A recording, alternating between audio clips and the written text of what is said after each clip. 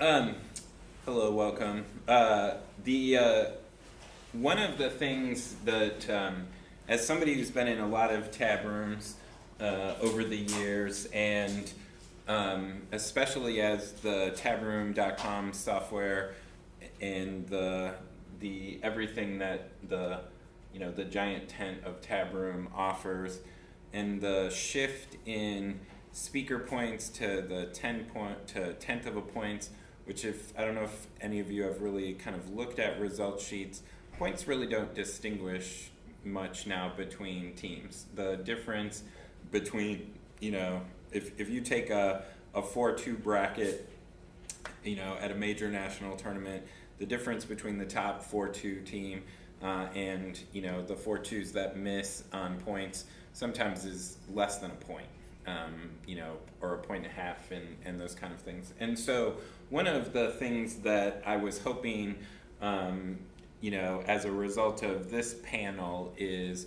talking about potentially how, as a community, we can move forward with some more tiebreaker or some norms about potentially some ways to change not only how we tab or what we would consider to be some of the tie-breaking issues that we would use, and whether we should rethink the kind of sequencing that has been the traditional thing, right? The reason, if you think about the evolution of tab rooms, which, again, it's so interesting being somebody like me who, I literally started, being trained at the Kansas workshop when I was an undergraduate. The Dr. Parson used the workshop as a way to train us, grad students, especially debaters that were on work study for, the program, would train us in tab room and would use the workshop. And that's when we were tabbing on cards, and you were writing the speaker points on the cards, and those things, right? And so it made a lot of sense, in the evolution of how people were tabbing, right? It made sense to sequence the tiebreakers in a way that was conducive to the method that you're using to tab, right? And so obviously wins, since it's the primary currency, comes first. But on the card, right, you were recording wins, you were recording points, right? And so, total points, and then, the ability to drop a high-low, was fairly simple math, et cetera, right? And as as we shifted off of the cards to, the tab room on the Mac, and the TRPC and Joy of Tournaments software and those things, a lot of the tabbing programs, right, just tried to continue to use some of those same things, or give us maybe some new factors to use. And one of the things that was true about, especially like Joy of Tournaments or the TRPC, is you had to actually sequence these things, right? So if I have my list of, all the things that can be used as tiebreakers, right? Wins and losses, ranks, points, head-to-heads, ballots, seeds, op wins, judge variances, coin flips, etc. These are all the things that are currently in tab room. We'll kind of go through and talk about, some of the advantages and disadvantages of using each of those. But the idea of how did we decide to sequence these issues? I think we've lost a little of the question that we may need to ask, which is what's the whole purpose of tiebreakers to begin with, and do we now, with the beauty of tabroom.com, right? We now have the ability not to treat these tiebreakers as just static indicators, right? That we have to do wins first, and then we have to drop a high-low, or do a total, and then if you want to include things like op wins, where do you put that in the sequence, right? That kind of thinking is no longer necessary, right? Because Tabroom allows the ability to combine factors, right? And there was limited version of that with the TRPC when Coverstone and me and some folks, way back in the day, created the combination of high-low points plus op wins as a way to try to say, hey, look, we don't like any of those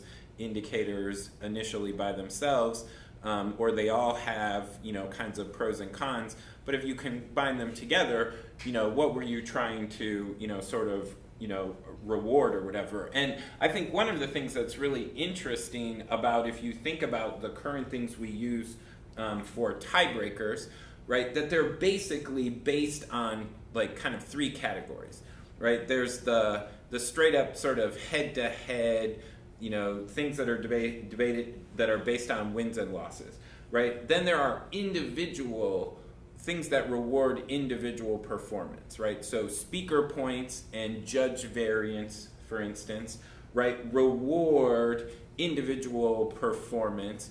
And in fact, judge variance rewards individual performance relative to, the entire, sort of field, right? And then you have the components, right, that are based on, what we would call like strength of schedule, or things that are based on your opponents, right? And so, op wins, opponent points, all of those things that are options based on the opponents, right? And so when people are talking about, sequencing the tiebreakers, I think it's important to think about, like, as a community, what are we trying to reward? Like when we put something in the sequence, or the reason why, we say this is a way to, like if I use wins and say, hey, these are all the teams that won 5 debates, and now I need to, sequence those for the purpose of the bracket, right? What am I trying to like reward, right, that goes into that sequence, right? Am I trying to reward, initially the reason why points were used, right, it was like, hey, we wanted to reward individual performance, right, and that, some teams individually performed better than others, and so we could sequence them that way. Now, I'm not sure points right now are doing that. The fact that, if you looked at the Glenbrooks, for instance, like I said, the difference between the top 4-3 or top 5-2 team, right, and the lowest 5-2 team that, did not clear, right, was less than 2 points. That entire span, right, was basically like less than 2 points, right, because of tenths of points. And so dropping a high-low and all of those things may not be creating the, the distinguishing feature that, we used to, be able to create, right? And so but we, obviously points still are very, very important, and those things. And so it may be a matter of saying, hey, let's try to, use points, or the fact that there's not as much of a distinguishing characteristics points, right? Points are not distinguishing team A from team B the way they used to, and so, but we now have a whole bunch of other, things that we can use, right, that are also kind of related to points, things like judge variance, and, we have now some of these other factors that are related to like your opponents or your strength of schedule, those kinds of things that could be then added to, or could be used in combination with something, as a way to produce, something like that, right? So that's kind of the overview. Is I'm hoping to, that by the time we get done today, to potentially maybe even have come up with, hey, here's maybe a new scheme for us to try, right? All the things that have currently existed have been, basically people like this are sitting in a room, in a tab room, and they're like, hey, I want to make my tournament a little different, right? Or because of the nature of my, the reason why op wins and high-low points got, combined was, the nature of the NBA tournament at the time, right, was such this, highly competitive, number of teams, and there was inevitably going to be really, really good teams that weren't going to clear, and you didn't want to, and, there was a diversity of judges, and you wanted to reward, you didn't necessarily want the team that climbed up the backside and got the overinflated points versus the team that may have, won their first 4 debates and then had to, have 2 really tough debates, and all of a sudden they're, missing et cetera, right? And so it was a way for the culture of that tournament to try to reward, both the element of judging and the element of competition, that was going there, right? And so I think that's a really interesting thing for us to discuss is like, what do we want to try to reward, when you create a tiebreaker system, and now that we have so many more opportunities for combinations, right? Because I literally could set as my second tiebreaker, like if we decided, that it'd be really cool to test, right, after wins, losses, if you wanted the second tiebreaker to literally be a combination of points, op wins, op seeds, op points, you could, if you said, hey, these are the values we wanted to really recognize, right? We wanted to recognize both some individual performance scores, and we wanted to recognize some strength of schedule scores, et cetera. You could then create, those combinations. Now, some of those combinations don't make as much sense, or some of them do. For instance, judge variance is a tiebreaker that lots of people think should now maybe go more into the mix, right? Because judge variance recognizes, especially with the way the nature of points are, right? Judge variance recognizes, right, the plus or minus, right, that points that you are getting from that judge relative to the points that that judge gives everybody else that they judge in the tournament, right? Or if it's judge variance 2, then it's calculating that across the entire tournament. So how does that judge versus the entire tournament, right? And so if I have a positive 1 judge variance, right, that's pretty significant, right? That says I'm getting a full speaker point more, right, from that judge than that judge gave to everybody else. And that'd be a really, positive thing to reward, right? And that recognizes, the discrepancies, right? And so I could put that into a sequence, right, by itself, that tiebreaker. But if I say, hey, here's an additional +1 that might go into, a sequence of scores. The other interesting part of judge variance is you can also generate a minus judge variance number, right? I got actually 1 less point than that judge was giving everyone else, right? And so, judge variance could function, both directions, seeding wise. The other thing that I think is really, really interesting that people I don't think quite always think about, especially now with Tab Room, is Tab Room has embedded in it now in terms of how it's pairing, right? The other thing that, if you think about the evolution of tournament pairing from cards to what we have now, right? The reason why power matching and some of the things exist the way they do is because when you were physically laying the cards down, right, that physical process created, right, bracket, and it created you had the cards in a particular order, right, and so you knew who was the top of the bracket and the bottom of the bracket, and those things, right, and so we naturally now power match, and the initial computers, TRPC and Joy of Tournaments and everything, right, are modeled after that, right, and so they pair using what would be traditional seeding. Tabroom.com doesn't unless you tell it to. You have to tell it you want it to pair that old school way, or else it's going to use, embedded in its sort of core tabbing, right, is a whole bunch of factors, and they're all in the tiebreakers, right? There's a whole bunch of factors now based on seed and op seed, and the use of seed and opponent seed in the pairing process. And that's also in the default on who's getting pulled up and not getting pulled up, and those things. And so I think that's an interesting thing to think about too, because on both the TRPC and like Joy of Tournaments and some of those traditional systems, when you set your tiebreakers for how you were going to determine your elim bracket, that was also the scheme that got used for pairing purposes.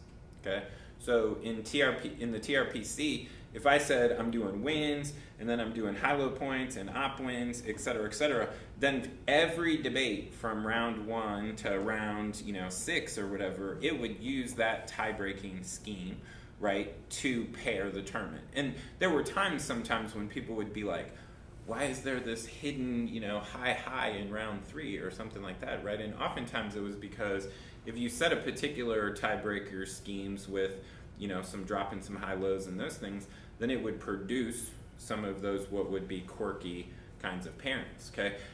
Tabroom.com doesn't. It uses seeds and op seeds as its sequence, as its way to create the bracket in how it's pairing. And the reason I say that is, or the reason I talk about that is, I think one of the other things that is important as we move forward as a community is for people to think about, when you are in a tab room, how you predetermine the preset seedings. When you do your presets, if you like at a lot of the bigger kind of national tournaments, right, most people will seed the field going into the tournament. The NDCA nationals, for instance, that is written into the pairing sequence, right? It uses the Baker points, and it says, okay, once the field is determined, right, then I have to take the Baker points and I go through the field and I literally seed the field based on the Baker points, right? Because that's how the seeding is determined, right? Or, I'm sure at Blake, I'm sure, Shane, that you do, 1 to, 200, right? Or at least you may do some categories of, ABC or, those things, right? I'm sure at Nutrier, Dave, you guys do y'all do probably the same thing, right? I would imagine you either seed or you categorize, the field, right? I know at MBA and at St. Mark's, we definitely seed from 1 to, 80 or 1 to 50 or 1 to 60. That actually is if you do that, that really influences how the tournament then is going to pair from that point on, right? Because then all of a sudden seed and op seed now have an additional number that gets used when that gets calculated, right? If I seed before the tournament, right, then in round 2 and in round 3, or round 3 when I start doing my power matching, right, those round 1 seeds and then the seeds that were generated as a result of round 2 and those things then get used, right? If I use random, then I don't generate an additional number that goes into that seed. Okay. The other thing, because of the sophistication of Tabroom, is seed and op seed is constantly being determined every single debate. Right? Seed and op seed, is always being recalculated, right? And so I've had this trouble, especially the last couple of years, where, and I'll mention people by name, where people will bust into the tab room and they'll just be like, hey, this pairing should not have occurred. They were doing shadow tab room, somewhere, and they're like, this pairing should not have occurred, right? We couldn't, if these are all the teams that are undefeated in this bracket, this is really who should be debating, right? Clearly, and what they're not appreciating is, they're thinking about how the computer is generating, the seeds based on the cards, based on what they think is happening with the cards, not what Tabroom is constantly doing, which is to be calculating. And if you're using the default, which is seed plus op seed, then that's also generating 2 numbers that are being used to determine that. Just a question. So I'm just trying to get clear on the seed op seed thing. So let's just take NDCA. If going into NDCA, let's just say Peninsula was 1, NBA's 2, and then you rank all the way down from there. The first 2 presets are paired based on those rankings. Yes, yeah. The first 2 rounds are based on those rankings, and it's based on because that charter says it's based on equalizing the strength of schedule, right? So one's gonna debate 18 and 44 or something, kind of thing. Yeah. And then starting with round 3, tab room does a new reseeding based on how rounds 1 and 2 went. Okay, so Exactly. that it could be if, let's just say hypothetically, Peninsula lost one of those rounds, then they wouldn't be the number 1 seed anymore. Nope. All the 2-0s would be back. Okay. But the fact that they were seeded number 1 from the beginning will always offset the fact that they right. It becomes less important. It becomes less important, right? But and then op seed is the seeds that your opponents were at the time you debated them. Okay. Right? And so if you debate Peninsula in round 1, right, then you, for your op seed purposes, right, you get 1, right, as you get the benefit of, hey, we had to debate op seed number 1, and you get that benefit, even, in round 4 and 5, right? I have a question about that. So, you kind of highlighted the importance of how you determine your rounds 1 and 2 preset, op seeds. It's really, I don't want to say it's easy, but it's easier when you're talking about the NDCA tournament because it's in April. My tournament is the first weekend in October, and so for some people it's no record. We don't do that for the NTS. So yeah, we haven't done those categories because in large part. Do you just do random?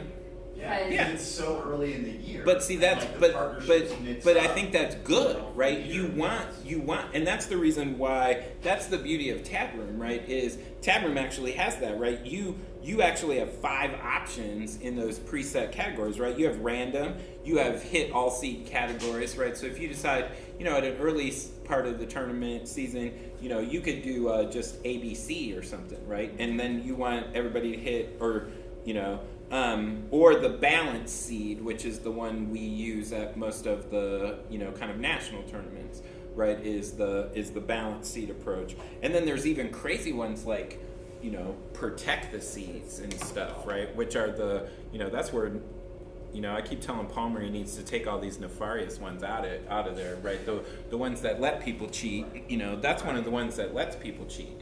But see, to me, that's one of the things that I think is now the beauty of the fact that you have so many combinations is I think tournaments need to take back a little this is the nature of our tournament, this is the time of the year, this is the nature of who's coming and who's and incorporate all those things both in terms of the type of prep sheet you do and in addition to maybe even the types of tiebreakers that you might use, right? Based on when it is and what data you have and those things.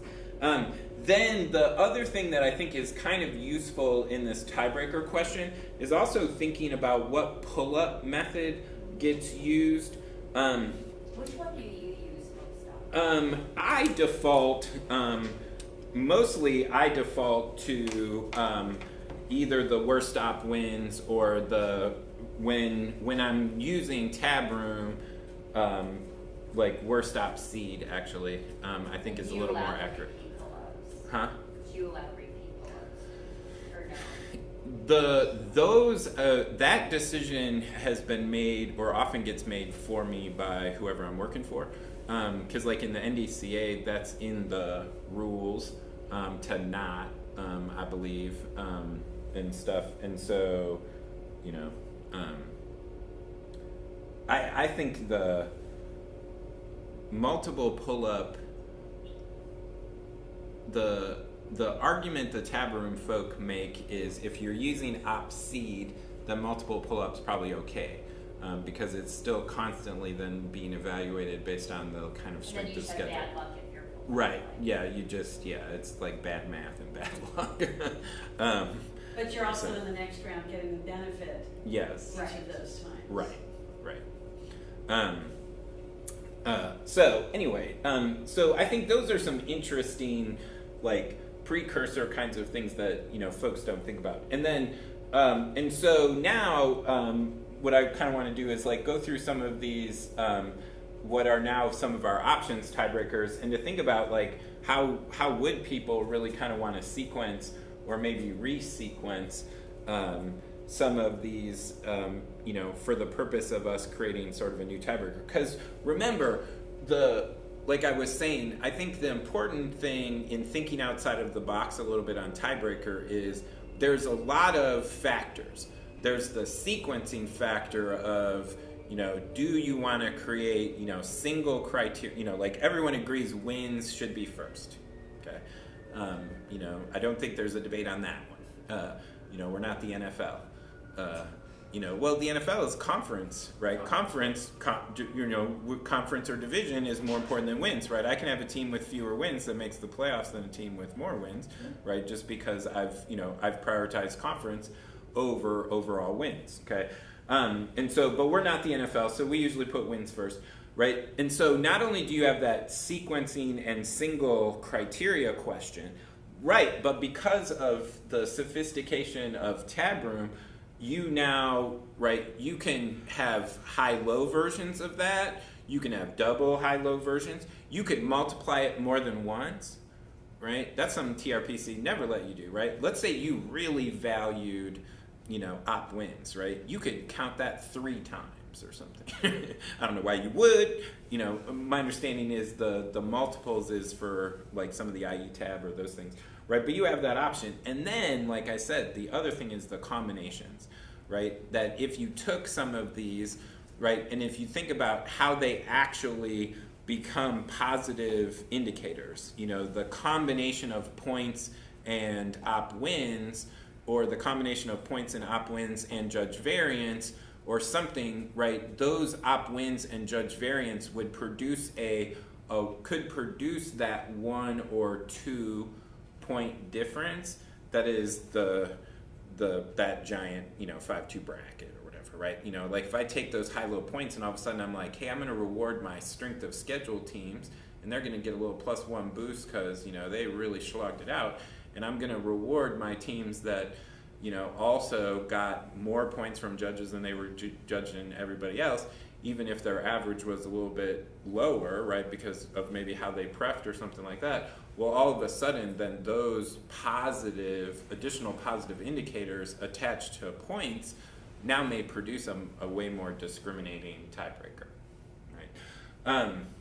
And so that's the part that I think is kind of fun, right, for us as just like brainstormers, right, is what might be some good combinations, of the things, right?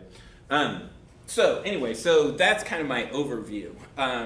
And so anyway, so I kind of, now, like I said, I wanted to think about, sort of going through, both the individual ones, like ranks, for instance, has lost favor in the world of untied 10th points, right? But there are so many states, for instance, where ranks are still in like state constitutions and state guidelines for what certain states should have to, like Texas, for example, ranks is still in the sequence.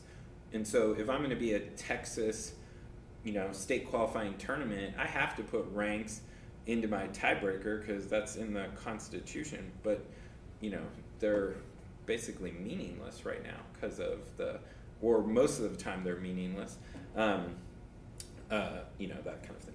And then there's there's the ongoing debate about, op wins and, is that one that, is that a fair one or not a fair one, or, by itself, and, should I be penalized for, the team that, I debated in round 1 and then went home sick, and, all of those. I used to always suggest they create an op wins that doesn't include the presets. So you it only kicks in for op wins you actually earned, through your performance, and those undeserved op wins that you got in rounds 1 and 2, Well, the tab room does it based on average as opposed to total, and so that I think makes it a little better, sort of number, those things. But I do think it's fascinating that when you look at Cume sheet data, usually teams with higher opponent wins or higher opponent seeds often are lower. Like, they won't be the team that's the highest 5-2 or the highest 4-2 or, you know, those things, right? Points usually dominate that, as opposed to the strength of schedule, you know, criteria. Which, again, you know, I think that begs the question, right? What do you want to try to reward at a tournament? Or what do you think speaks, you know, more, you know? And that may be different tournament by tournament, you know, like, you know, a tournament like the Glenbrooks, for instance, you know, with the crazy size and you know, if it's a convention weekend, right, then the, you know, the age of the judging pool and those things, right, points just may not be a good indicator, you know, because of just how all over the place they are. Well, that's what I was going to say, is that, you know, at least more common, I think, than before, a lot of people were talking about points, because some people give points that are just like, you know, in my opinion, I guess, would be like insanely high. You know, like when I was debating, if you were getting like 20, like if you were getting, you know, like if you were averaging like a 28.5, you were like, whoo, I'm doing a good job. Yes. You know, or like if you got a 29 or like a 29.1, you'd be like, wow, you must have done fantastic in that debate.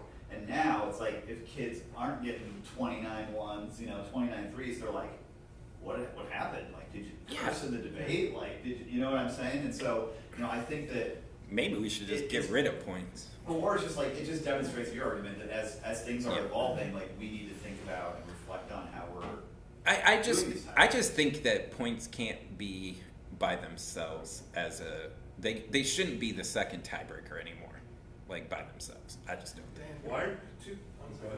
Go ahead. Well, I had two questions. I just want to make sure I understand the judge variance. And that's the variance across the board at the tournament, is that right? In terms of... Yeah, the judge variance one, the Z-score, is basically, it is the, it takes your points that you got from that judge and calculates how did those relate to the points that judge has given everyone else at the tournament, and did you get more points from that judge than they were giving other people, right? And so then that rewards that. And then judge variance 2, right, is similar, except it calculates that for all of the tournament. Right.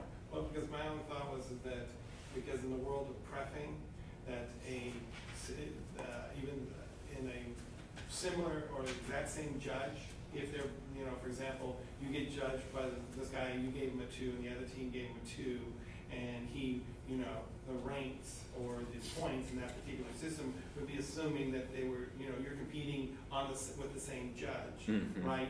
And then that could necessarily be a tiebreaker in terms of points along those lines. So if you're looking for differentiation. So my students are looking at the, especially in public forum, at the judge variance and speaker awards. I don't have a good answer to that. Why are tournaments not using this more often? I don't know, actually. I just assumed there was some other mathematical thing that was like, well, this isn't quite good, but I don't have I think the original hesitation from people, right, when you saw that number is, one, it's kind of hard to explain, but not really. And so I think there's a little of that. And then I think the other thing is, it always is fairly small. You know, like if you have a judge variance of 1, that's pretty significant, okay? And so I think people never thought it was as good of a, like like how it discriminated, but now we kind of know even something of a 1, right, is huge, right? And it is actually a much more discriminating sort of feature, and it's actually now the disad to judge variance is if, let's say, Dave only judges 2 debates at the tournament, right, and one of the debates, he's like, woo, that's awesome, you know, 29-1, 29-3, you know, 29-4, 29-5, you know, he's feeling, you know, 7-up or whatever, right? And then the other debate, you know, he's back in old Dave mode, right? And, you know, and so he gives, you know, 28-1, 8-2, 8-3, 8-4, right? And so all of a sudden, right, the judge variance. Now, the neat thing about judge variance is it's calculating that across every judge that you've had, right? So it wouldn't just be, but the judge variance score for, you know, the fact that that team got to have Dave, you know, will help.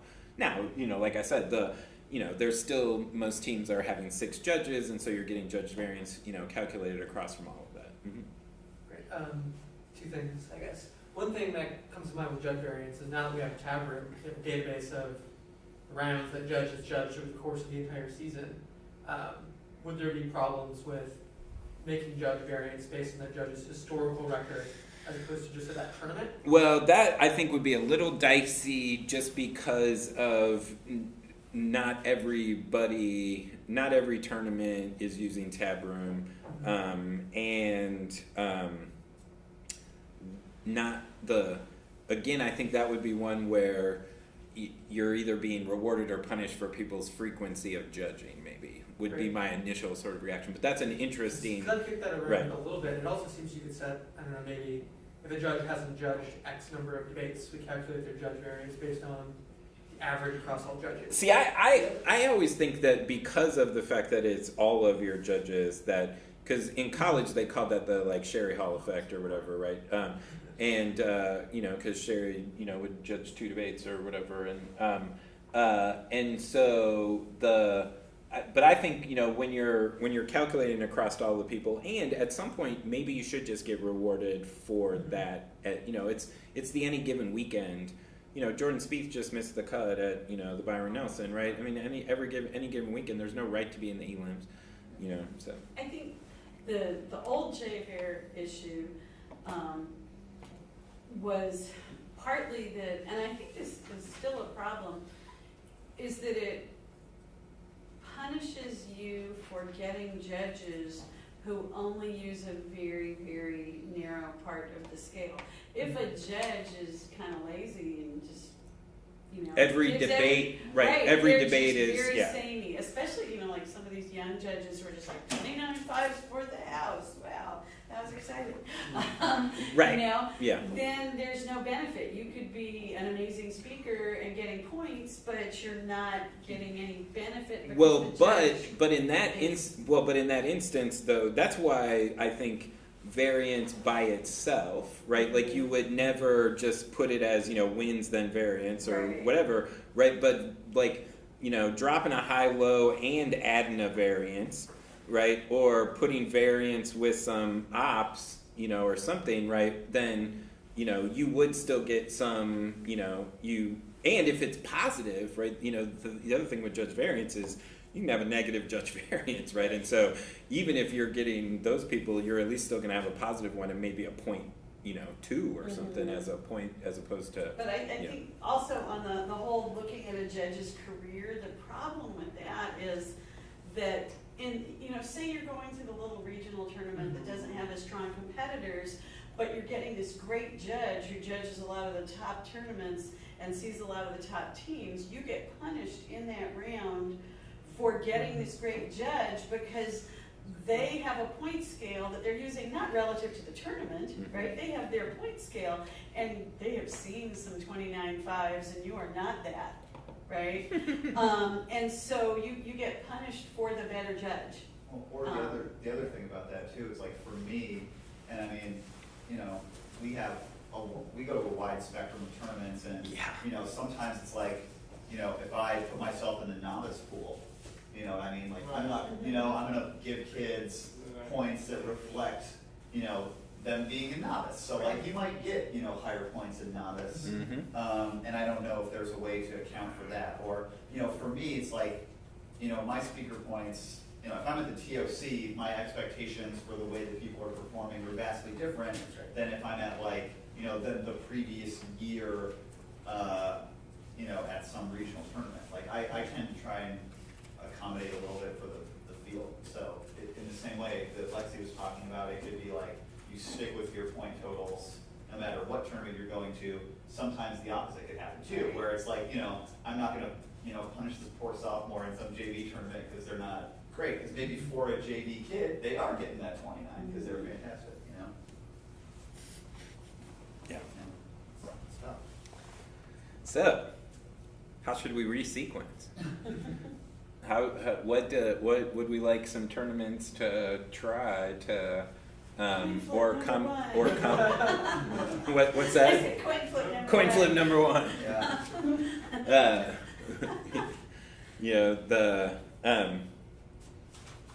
You know, because like I said, I think and especially, Tab Room makes some very good args for, op seed plus seed,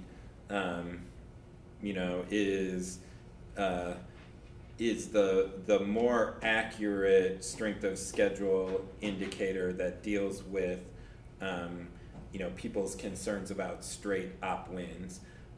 My problem a little bit with the op seed is, anytime we've ever used op seed plus op seed as a tiebreaker, we did it 2 years ago at NBA. The problem is nobody, when you're number 17 and you're not clearing, and you look at that, what that random little number there that says seed plus op seed, and you're like, I don't even know how I calculated. It's like I didn't realize, Pace was doing well when I debated them in, round 3, or they weren't, and then they were, and like op wins, people are like, oh, you won 4 debates, okay, I can add 4. What to do to Right. move up. Right. Whereas with points, you're just like, well, speak better. Right. You know? Right. There is that, right? There's How you the coach to- factors right. that people think are in their control versus not. Yeah. My question in terms of the off-seed, so you're saying, I start the tournament at 2, and then things go badly, I end up at 8, but then I work my way back up. But the fact that I went to 8 is gonna hurt somebody who might be a little further down the run, right? Yeah, but remember, because it's the average at that point in the tournament, and so, and so, it's always going to, be calculating where you were at that point. I think the other thing too for kids sometimes, like with the op-seed thing, is that, a lot of where they end up hinges on like what other people do at the tournament. Yes. And so that's kind of tough, I think, sometimes to explain to the kids as well. It's like, well, because these other teams like won or lost debates, had they won that debate, right, like round 6 or whatever, here's how that would have affected your calculation too, which is why I know it's only one of several factors. And I think that's the reason to do seed plus op seed, not just op seed. I still kind of like op wins in the factor, even though it may not be mathematically quite, because I think that's one people can kind of look at or whatever. But if you do seed plus op seed, then it's also always taking where you were, and it's rewarding in addition to your strength of schedule, right? So it's you plus your opponents are creating the nature of the hard tournament that you had, right? So I will say like a tournament like the NDCA Nationals, seed plus op seed really, really useful, because the preset, there were some teams that, because of the way the Baker points were or whatever, there were some teams where you looked at their first 2 debates and you were just like, damn, those are some tough debates, and then you looked at a couple other teams and you were like, wow, they didn't quite.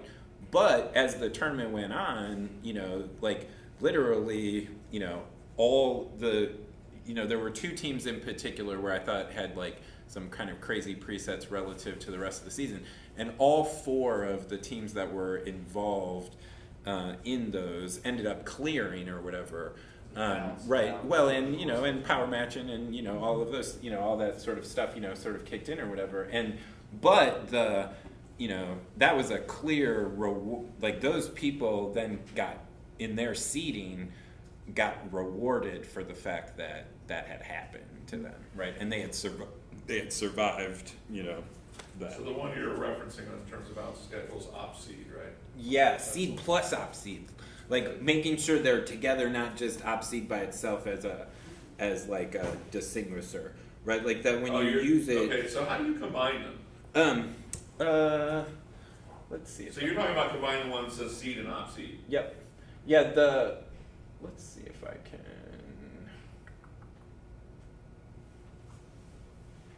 Go to.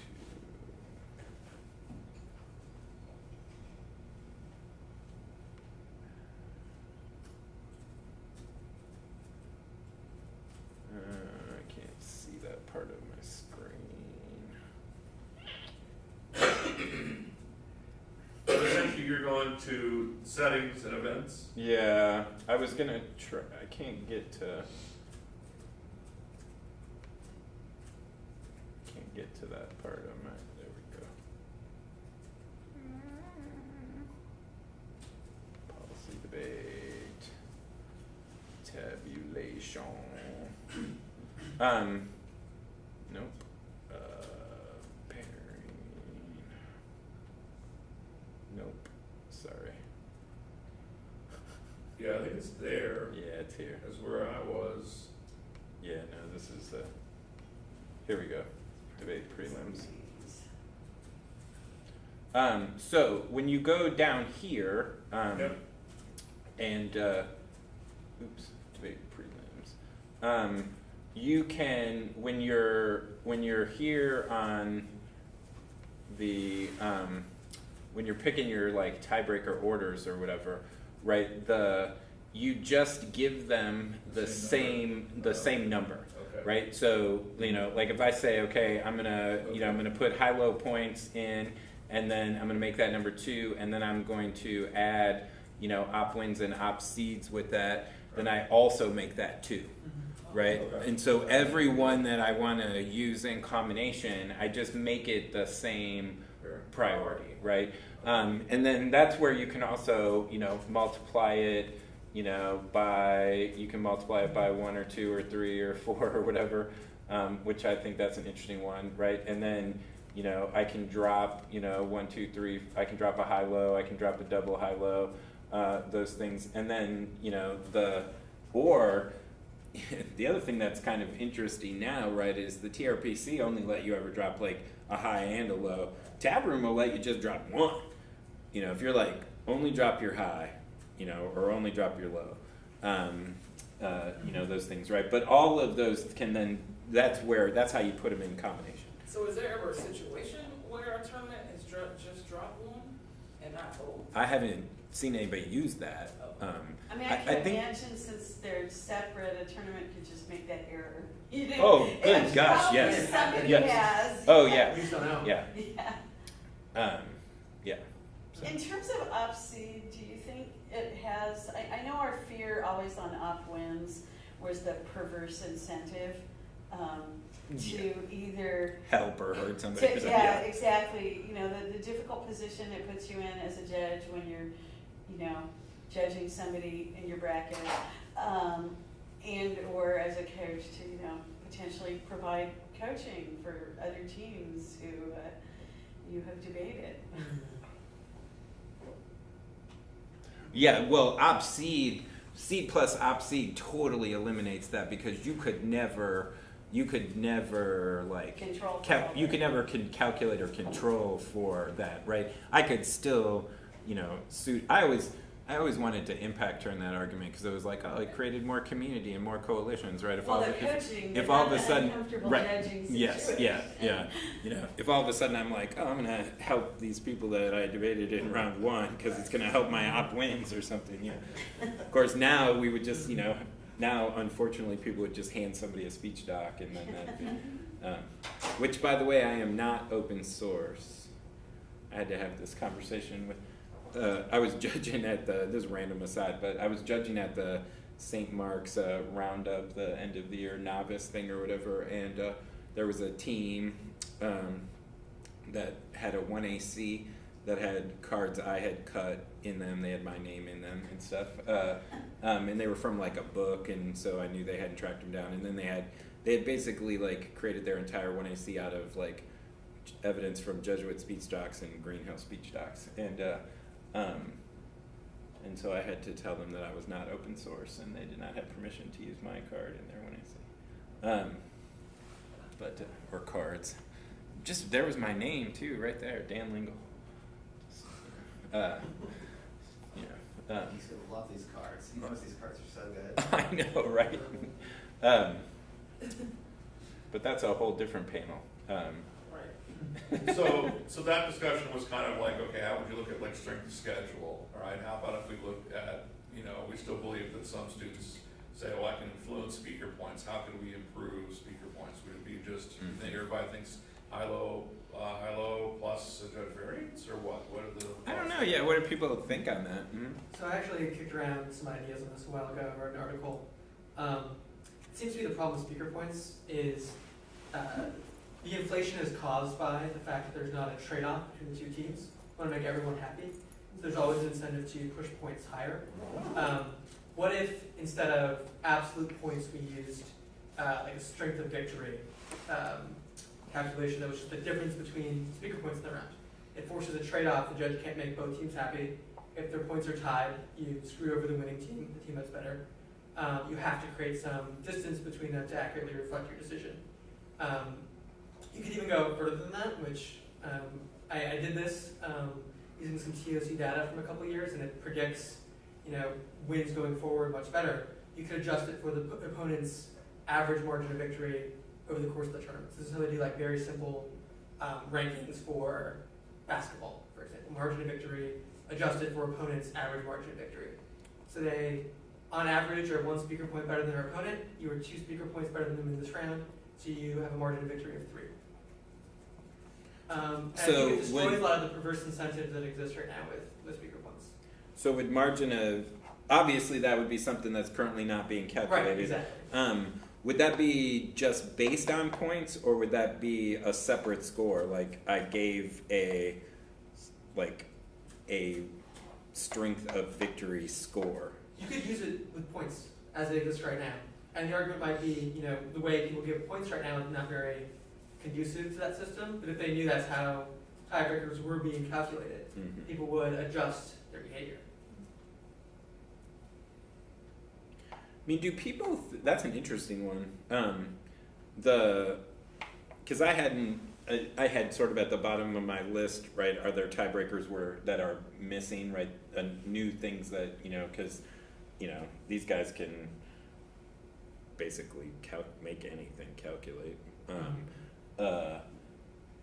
and that's interesting. As opposed to what sequence do we like given the options we currently have, sort of thing.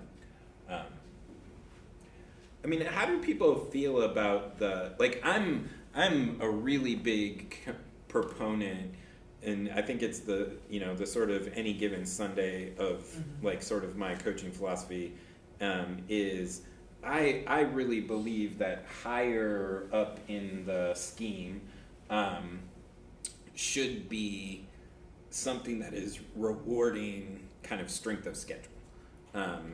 That at that particular tournament, if you were slogging through a much harder schedule than somebody else, you should get rewarded for that more than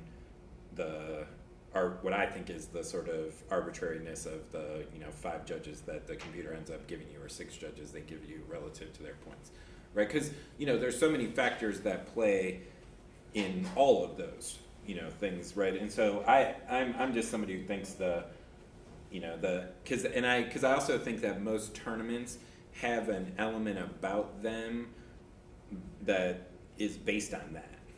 Like if you take a small tournament like NBA, which is few number of teams, but they're all really, really highly competitive.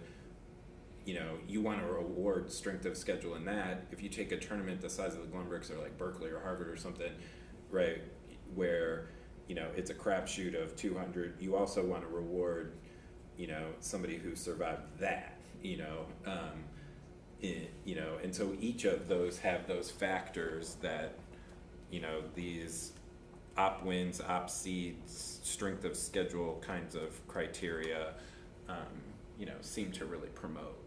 Yeah, I would support that too, because I think we talk to all of our kids about this. Like if you're at a 6th round tournament, right? Like there's a difference between 2 teams that end up 4-2. One of them started out 0-2, and then like won the next 4 debates, which is like obviously a valiant effort. Like it's really hard to win 4 debates in a row, versus the team that did the same thing, won 4 debates in a row, rounds 1 through 4, but then it was like went 4-1, then ended up 4-2. You know, on paper, you know, when we're having conversations with our kids, you know, and if you have a big program where you're like, how do we decide, you know, which 2 debaters we're sending to this tournament because we only get 2 spots? Yeah. You know, and they're like, well, they went 4-2 and we went 4-2. It's like, yeah, you're right, but you didn't get to 4-2 the same way, right? Like those things are drastically different, and so I think that. Well, this year at the Glenbrooks, that was my 2 teams, right?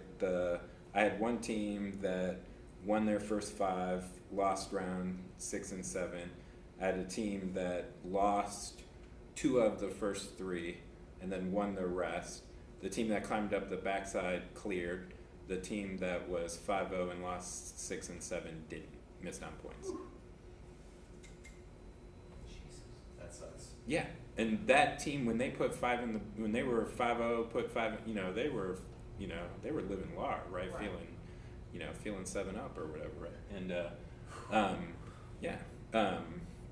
you know, and so, and again, and that's because their, you know, strength of schedule is nowhere like it's not in the well, but it's not in their tiebreakers. Like I don't think it's in. I don't even think it's 4 or 5 where they have a. I mean, considering it's the first year they used tab room. Right. So this is a very generic one. I had to adjust this one just for. I mean, I'd be in support of adding that earlier in the top 5. See, I think the real important thing is what you're putting to, and 2 and 3 and the combination options that could go there. Do we really want to continue to just have single categories? Like, you know, is high-low points by itself just good anymore? You know, or is even a single category good anymore? We've run into problems with the dropped high-lows, especially like in Illinois. We have several tournaments, like all of our state tournaments are only 5 rounds, and it's so silly. It's something we've talked about in Illinois because it's so silly to only have your points determined off of 3 rounds. And I think that there's a difference between dropped high-lows at a 5 versus 6 versus 7 round tournament. And so even though that's the way I feel like it's generally the second tiebreaker, I don't know if it's the best one. I don't think it is anymore. And I wonder, because the tournaments that Katie's bringing up, like you don't get preps at those tournaments. Yeah, you don't get preps. Right? Either. So it's like you get maybe like 3 strikes, and then it's like you get who you get. And there are And highest at that stakes point, tournaments in Illinois because they're all the state. Yeah. Yeah. And so people were winning like these crazy speaker awards that allow them to be on like the all-state debate team or like the captain of the all-state debate team, based on pure luck that you got competent because they got judges. like either competent people or they got people who were just like sure. Point you fairies, got right. 30, People were here giving you go. 30s. It was And it's like, oh, wow. Yeah, so I certainly agree that somehow rewarding the strength. What do you think though the second tiebreaker then? So I know we've talked a lot about strength of schedule. I think it should be a combination of points and the strength of schedule factors. You're weighting them, right? Huh? In other words, you're weighting them. In other words, it's not. Well, you're trying to reward the combination. So would you? So if you guys consider all number 2? Yeah. Would you Yeah. put both as 2? Scroll, yeah. Here's something I'm wondering about. Oh, no, It you seems No, like I haven't. Not right now. No. Okay. It seems like This is a ridiculously generic one that I put in here. Okay. Is like this is like the most generic tradition, right? We do wins, we drop a high low, we then go back to total points, then we might do a little ops, you know, sort of thing, right? Then we might even drop a double high low, which is, you know, even more kind of crazy, you know. And so it in traditional ways we end up basically just kind of rewarding the same factors, you So, know. I'm kind of guessing that seed plus op seed creates more distinct rankings. Mhm. And so the second tiebreaker becomes even less important, because I wonder, I mean, you've looked at this, how often are people actually tied on seed plus op seed? I'm When not- do we I'm get not to sure. the next tiebreaker? I'm not sure, yeah. But I mean, yeah. I'm sure it's far less often than on, high-low points. Right. Yes, Where yes, you'd have like 3 or 4 teams tied on that. And, right. then they'd still be tied on unadjusted. Well, that's just like judge variance, you can't be tied, Mhm. right? Because it calculates out z-score wise, 3 or 4 decimals or whatever, right? So it just, But I think that kind of decreases the stakes in making sure you get the second tiebreaker right. Like, it's like you can experiment with it and it'll change some things, but maybe not that many things if going with seed plus op seed creates pretty unique rankings for most teams. Mhm. So if you want. Because if you did total points plus one of those, like, like a points plus a seed op seed sort of thing, that produces an interesting number, I think. Wouldn't that overwhelm the seed? Because it would just add have those, to. right? Yeah, it would, add them But together. I wonder if you figure out what seed plus op seed, what the range of points in there tends to be. Oh, If yeah. you wanted to make it 50-50, you could have some Right. function that you perform on the total points number to make them pretty evenly weighted, instead of having a situation where one is swamped by the other. I should have done that for this. Well, yeah, I'll do that and send that around. Because I could take I could take tournament data, I could take the NDCA or something, because that's a little bigger.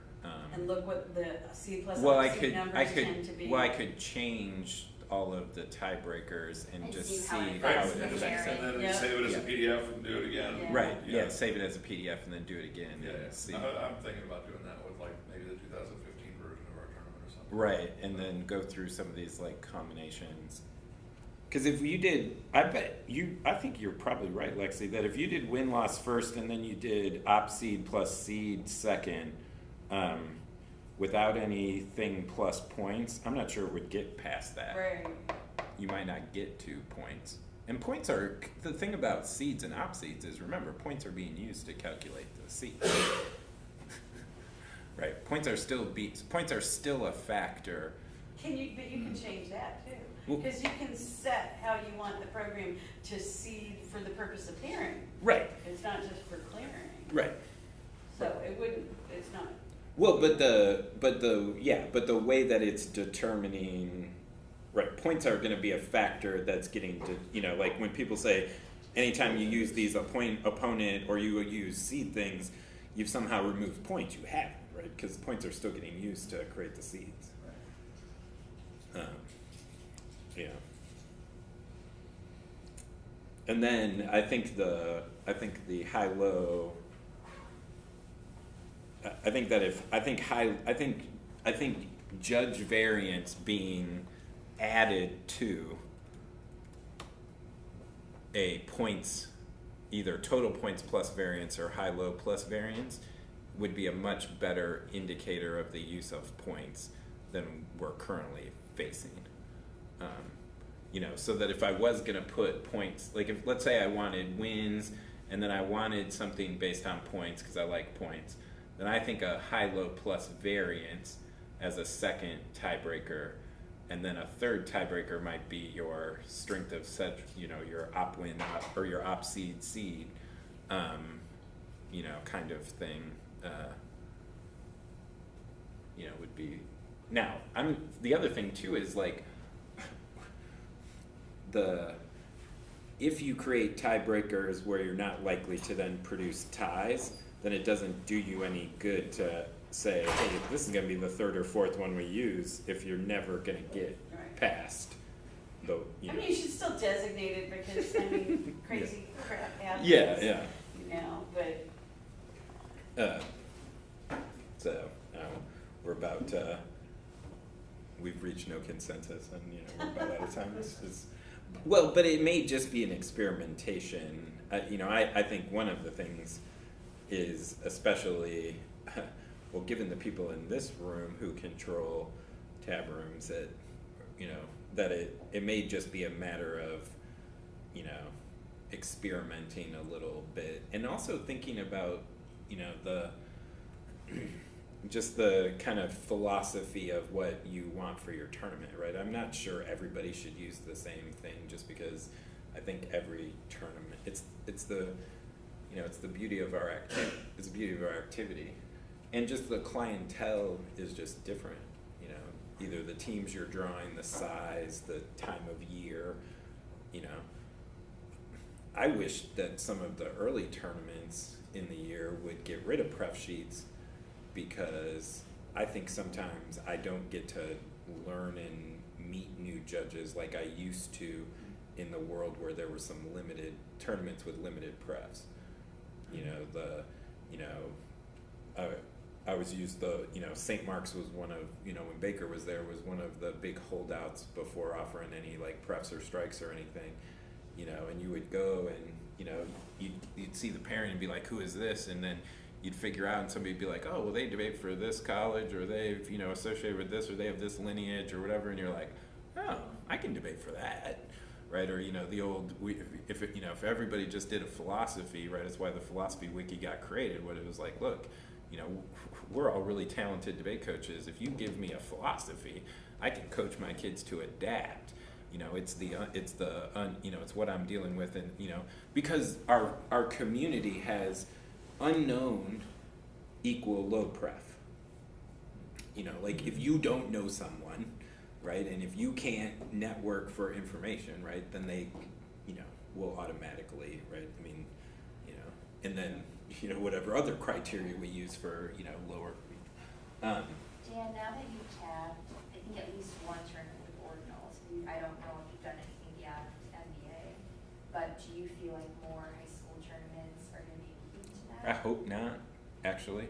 I'm just curious about, because I've never tabbed a tournament with ordinals, and what do you, from like the tab room perspective? I found it difficult. Okay. The reason I found it difficult was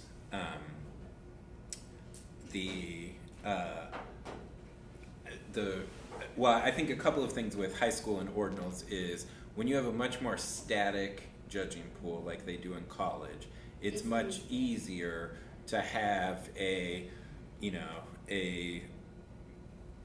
foundational set of ordinals that you might adjust, you know, a little bit tournament by tournament, right? And I just don't think that exists in, you know, I'll pick on Yao Yao or something, right? Like, you know, given the tournaments we go to where he may be at in pref sheets, right, you know, we might have Yao Yao 1 and Yao Yao 4, right, you know, depending on the tournament, you know, or whatever, right, or, you know, any one of you, you know, and so I think ordinals really, like, I think we all would just drive ourselves crazy trying to go through the list. Well, right? It was so small, and it's such a, you know, static. I mean, it's probably your closest example of a static pool or whatever. But I mean, I couldn't imagine trying to do ordinals for the Glenbrooks. But that's a difficulty for ranking, not a difficulty for tabbing. Yeah. And there are ways around it. Well, like what I always suggest to coaches when they freak out about it is, okay, but you can still use categories. Sure. You create your own, right? And if you can't tell the difference between the 1 and 10, and you know they're all your A's, that's fine. Just make them all 1. Yeah. Well, I mean, you can, right? You can do that, right? But you can also just randomly rank them within Sure. there. But the nice thing is it does avoid kind of the artificial distinction between a 2 and a 3. You know, when a 2 and a 3 may be closer together than the top of your 2s and the bottom of your 2s. Right. Yeah. So the part from the tab room side was setting the like magic number, like what was an acceptable range. Right. And then the other thing I found was, as I was mentally thinking about those ranges, you know, like where is this falling for someone? I found myself feeling as if everybody got middle of the pack. You know, like I couldn't, I was having a hard time like identifying oh, you know, I these, did a great job on these, this right, round. It's all one. right, these people are going to be Right. really, these people are going to be really, really happy, right? Because, you know, it's like, well, their average number, you know, like when it was, you know, cranking the numbers or whatever, it was like, you know, every team's average was, you know, in the 30s or whatever. Well, to me, that seemed low. Right. I mean, that seemed low to me, right? I mean, and you all expect, especially if I'm in the tab room, right? You expect from me a higher level of, you know, attempt at, you know, higher mutuality or whatever, Would you right? adjust the range? So like in the Round same by way- round, the yes. same way you change the weights, Yeah. right? Oh, For- yeah. So would you do that round by round and attempt to start What with was a smaller range? what was and then acceptable? Yeah. Yeah, actually the opposite. What would you And We start with a started broader range? we started with a broader range for the presets. But I mean, and then I made just it- mean and like then made it round smaller. five. Okay. Yeah. I guess the other question I always had about that too is like, and this is just because I've only had to do a couple of tournaments with ordinals, but like I was talking with Venky about this at the Pace round robin and the run up to Emory, because for me it's like, when I just from frames of reference, like I know like what a 5 means for me, and like I know what a strike means for me, but it was never clear to me like what is the strike line? You know, Well- it's like you don't like, do you have to just like email the task staff and be like what's going to be a strike? What See, percentile that's of strike rate? well, and that's the thing that I think that's what I think people have to publish, right? And I think Nobody's done that. because no, exactly, and I think one of the things that would be just a crazy bit of transparency for like all tab rooms would just be like, you know, is your philosophy mutuality? Is it, you know, blah blah blah? And if you're using something like ordinals, you know, because like What's your range? if you say to me, I'm never going to get anyone below 60%, right? You know, now that'd be really high, okay? In fact, I think the norm is like 70 or 70, like nothing higher than 70 or 75%, right? I think that's kind of a college, you know, they hit right around like 70 or 75. Well, that just means 25% of the pool you've struck, everyone else is now fair game based on the ranges.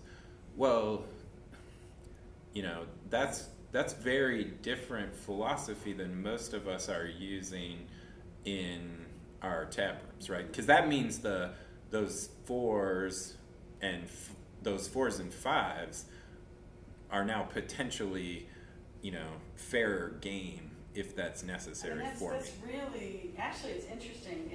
It's very much like Belch's latter days at Glenbrooks when he was like, no prefs, but you get to strike a third of the pool. And then graft on, but it's grafting onto it mutuality. Right. And it's saying you get to strike 25% of the pool, but we're going to make sure that what you get is at least mutual. Right. That's But if the- interesting. But if Yeah. if the range is shifting too, like if every round the range changes, like how does that play into it? Well, I mean, I think that it has to change. Well, it's because just of the more or teams that less are debating mutual, each other. Right. Yeah. Stuff's so fascinating. Yeah. Sorry, I know that wasn't directly. Oh, related no, to no, tiebreakers, but it is if you think about because if we points. start to use it in points and those things, yeah. Because then maybe that's a better argument if tournaments are using ordinals for dropped high lows not be as bad of a tiebreaker. Right. Yeah. Yeah. There's one big plus for ordinals. Everybody hates doing them because it's like, oh my God, I have to differentiate. But it's so nice not to have judges like unrated magically when the numbers change, when they add people to the pool and all, or take people out of the pool, and all of a sudden people you had rated, you know, suddenly you're unrated and become super ones because you didn't notice. You know?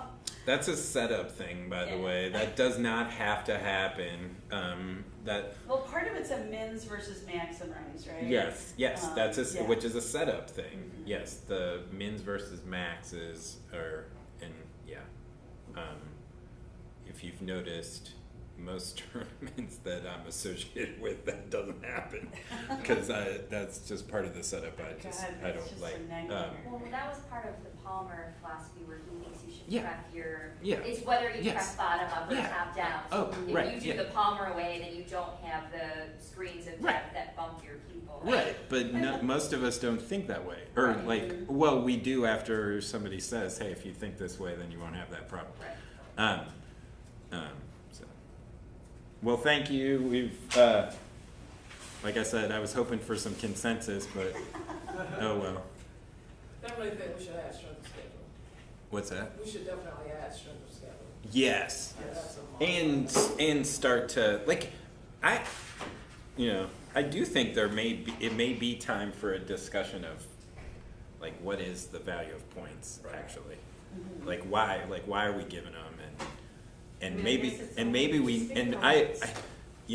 I like maybe we do need to just like throw them all out and just be like, I like this kind of quality of win score, like if every team got if you got a quality of wins and that's what then got used or something. But I don't know. if you still have speaker points, if the purpose is really to recognize outstanding speaking, individual effort within a team, if everybody knew that the speaker points weren't going to affect whether you clear, it would give us freedom to really reflect Yeah, quality of speaking. only use points for speaker awards Right. and That's only equality.